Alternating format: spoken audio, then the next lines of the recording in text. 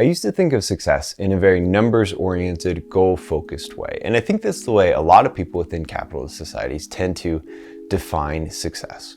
For me, success was a certain number of subscribers, a certain number of followers, a certain amount of money in the bank account. It was this number that once I reached it, I would consider myself to be successful, and up until that point, by my own definition, I wasn't necessarily successful. So all of my efforts were working towards this goal, working toward this line I had drawn that would make me successful. But recently I've seen my own definition of success start to change a little bit. And it really started to change once I started making things for myself. Once I started creating for just my own personal enjoyment and happiness. Because see, my previous version of success, creating was all about working towards the goal. In fact, everything I did was about working towards the goal. And so everything I created or every step I took was a step towards that definition of success. And in a way, ironically, I was less inspired to create, less inspired to get things done when I was operating under that definition of success, because it felt like kind of what would be a never-ending journey towards that goal of success. It felt like it would take so long and so many steps to reach that goal, and so I was less inspired to get things done than when I was just doing things for my own benefit. So that's what I've started to do recently, especially over the past year. In 2020, I signed up to be a video host over at Utini, which is a positive, really awesome Star Wars book community that I was already a part of. And signing up for that gave me something new with my creation. First of all, it gave me deadlines. You know, I was responsible for putting out about one video every month, but I had specific deadlines to get them done so that the team could finish the other parts of the project and put them out. But it also gave me a purpose to create something that I was just passionate about. You know, I love reading Star Wars books, and I have for years and years. And so I got to combine two of my favorite passions, which are reading Star Wars books, interacting with the Star Wars community, and making videos. And all of it was just for fun. It wasn't towards my own personal goal of success. There were no metrics involved for me. This was just a way to combine two things that I love to do in something that would make me happy.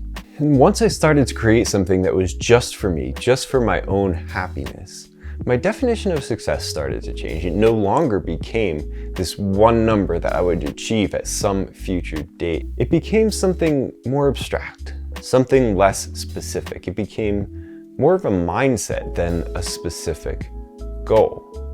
And in that way, success became something that I could strive for every single day.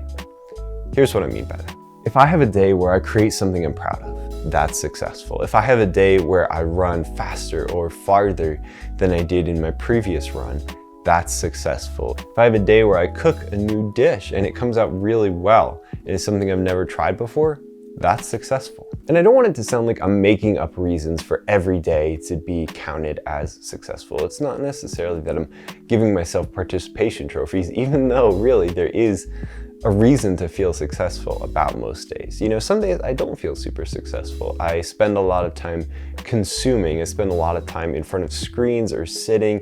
And at the end of the day, I don't really feel like I've accomplished much. And that's okay. I don't beat myself up for those days because that's totally normal. But when I do achieve something new, when I push myself beyond where I was the day before, or when I do something that I feel proud of, instead of feeling like it's just another step toward that journey, instead of feeling like it's just another metric toward that ultimate goal, I now just allow myself to feel successful. And I'm not getting rid of big dreams either.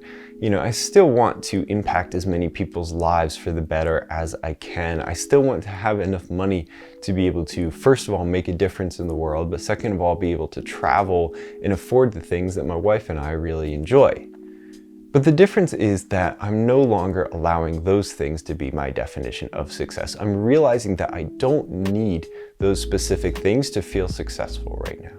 And ironically, once I made this mindset shift, once I took the pressure off of the future success and brought it to the present, I started becoming much more inspired and confident, both in my decision making and in my creating. Before, I was kind of afraid to put things out into the world because they didn't feel up to my standards. I was insecure about the quality of, for example, the videos I had made because I felt like they weren't good enough. And my definition of good enough hinged on my definition of success. I felt like the videos that I was making weren't going to get me to this level of success that I wanted. I felt like they weren't up to that quality. Nowadays, though, I'm not so concerned about that. I make things for my own happiness and enjoyment. And in turn, that's given me more confidence. Once the pressure was released, I was more confident to try new recipes, new videos, new editing styles, try getting new shots, wear new clothes, just try out new things. Once I stopped taking every decision so seriously, once I stopped treating it as a step in this giant plan and just started making things for fun, I became much more confident in trying out new things.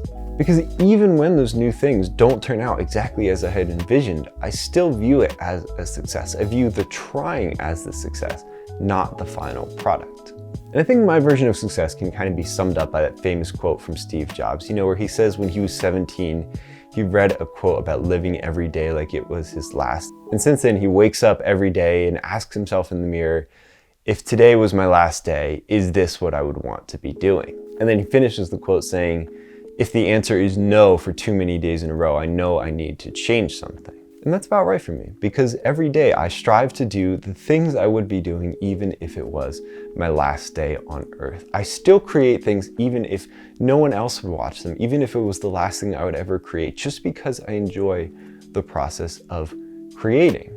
And so I think if I end a day and I can ask myself, is today what I would want to be doing if it was my last day on earth? And I can answer that yes, then that day is successful. So success is no longer a line to be crossed at some point in the future. It's no longer a number I have to reach. Instead, it's a feeling, it's an evaluation of that day. And I have a feeling that the more days I add up where the answer to Steve Jobs' question is yes, the more days where I feel successful personally will actually help me reach those original goals faster than when I was so focused on reaching them. But perhaps even more ironically is that I now no longer desire those things nearly as much as I did back then, because my definition of success has changed and, well, I feel successful right now. Thanks for watching.